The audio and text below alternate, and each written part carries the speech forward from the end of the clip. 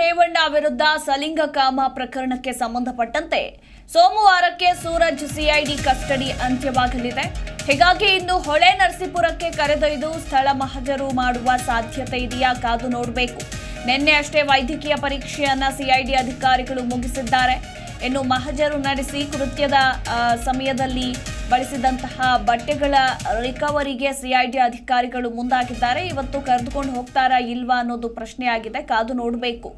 ಇಂದು ಸೂರಜ್ ರೇವಣ್ಣನನ್ನ ಹೊಳೆ ನರಸೀಪುರಕ್ಕೆ ಕರೆದೊಯ್ಯುವ ಸಾಧ್ಯತೆ ಬಹುತೇಕ ಫಿಕ್ಸ್ ಅಂತ ಕೂಡ ಹೇಳಲಾಗ್ತಾ ಇರುವಂಥದ್ದು.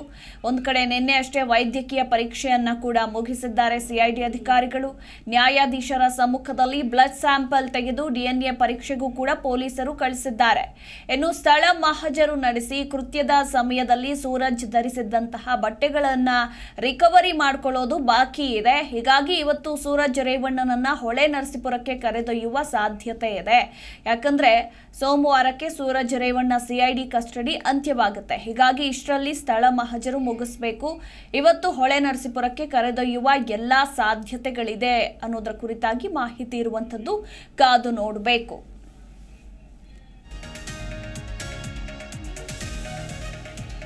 ಈಗಾಗಲೇ ವೈದ್ಯಕೀಯ ಪರೀಕ್ಷೆಯನ್ನ ಕೂಡ ಮುಗಿಸಿದ್ದಾರೆ. ನಿನ್ನೆ ಅಷ್ಟೇ ವೈದ್ಯಕೀಯ ಪರೀಕ್ಷೆಯನ್ನ ಮುಗಿಸಿರುವ ಸಿಐಡಿ ಅಧಿಕಾರಿಗಳು ನ್ಯಾಯಾಧೀಶರ ಸಮ್ಮುಖದಲ್ಲಿ ಬ್ಲಡ್ ಸ್ಯಾಂಪಲ್ ಅನ್ನ ತೆಗೆದು ಡಿಎನ್ಎ ಪರೀಕ್ಷೆಗೂ ಕೂಡ ಕಳುಹಿಸಿಕೊಟ್ಟಿದ್ದಾರೆ.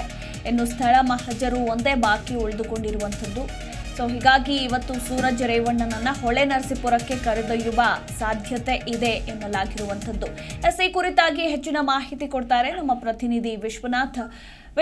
ಇನ್ನೇನು ಸೋಮವಾರಕ್ಕೆ ಸೂರಜ್ ರೇವಣ್ಣ ಸಿಐಡಿ ಕಸ್ಟಡಿ ಅಂತ್ಯವಾಗುತ್ತೆ, ಆದ್ರೆ ಇನ್ನೂ ಕೂಡ ಸ್ಥಳ ಮಹಜರು ನಡೆಸಿಲ್ಲ. ಇವತ್ತು ಹೊಳೆ ನರಸೀಪುರಕ್ಕೆ ಕರೆದೊಯ್ಯುವ ಸಾಧ್ಯತೆ ಇದೆ ಅಂತ ಹೇಳಲಾಗಿರುವಂತದ್ದು. ಇವತ್ತಾದ್ರೂ ಸ್ಥಳ ಮಹಜರು ನಡೆಯುತ್ತಾ ಇಲ್ವಾ ಅಂತ?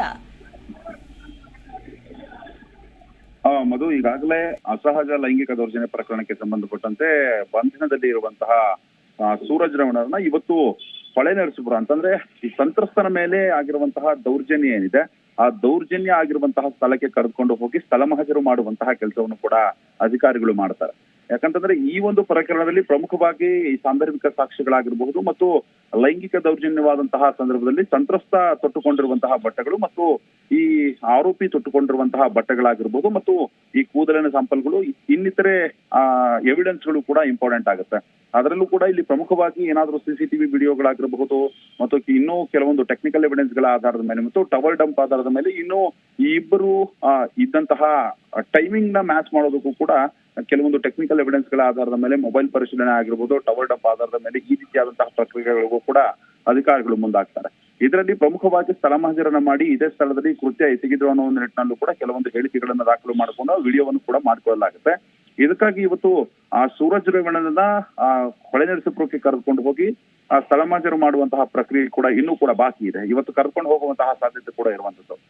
ಇನ್ನು ಪ್ರಕರಣದಲ್ಲಿ ಈಗಾಗಲೇ ವಿಚಾರಣೆಯನ್ನ ಎದುರಿಸ್ತಾ ಇರುವಂತಹ ಸೂರಜ್ ರೇವಣ್ಣ ಕೂಡ ಒಂದು ಹಿನ್ನೆಲೆಯಲ್ಲಿ ಇದೆಲ್ಲವೇ ರಾಜಕೀಯ ಷಡ್ಯಂತ್ರ ಇದೆ ಅನ್ನೋ ಒಂದು ಹೇಳಿಕೆಗಳನ್ನ ಕೂಡ ಕೊಡ್ತಾ ಬಂದಿರುವಂತದ್ದು.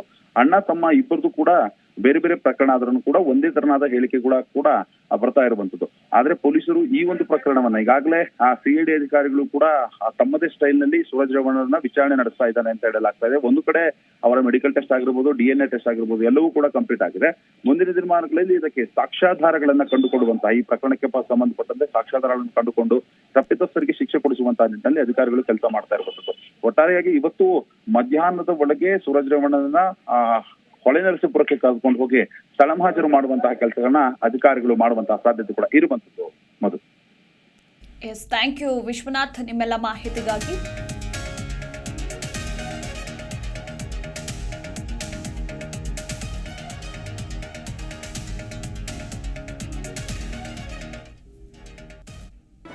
ಜಿ ಕನ್ನಡ ನ್ಯೂಸ್ ಈಗ ನಿಮ್ಮ ಮನೆಯಲ್ಲೇ ನೋಡಿ.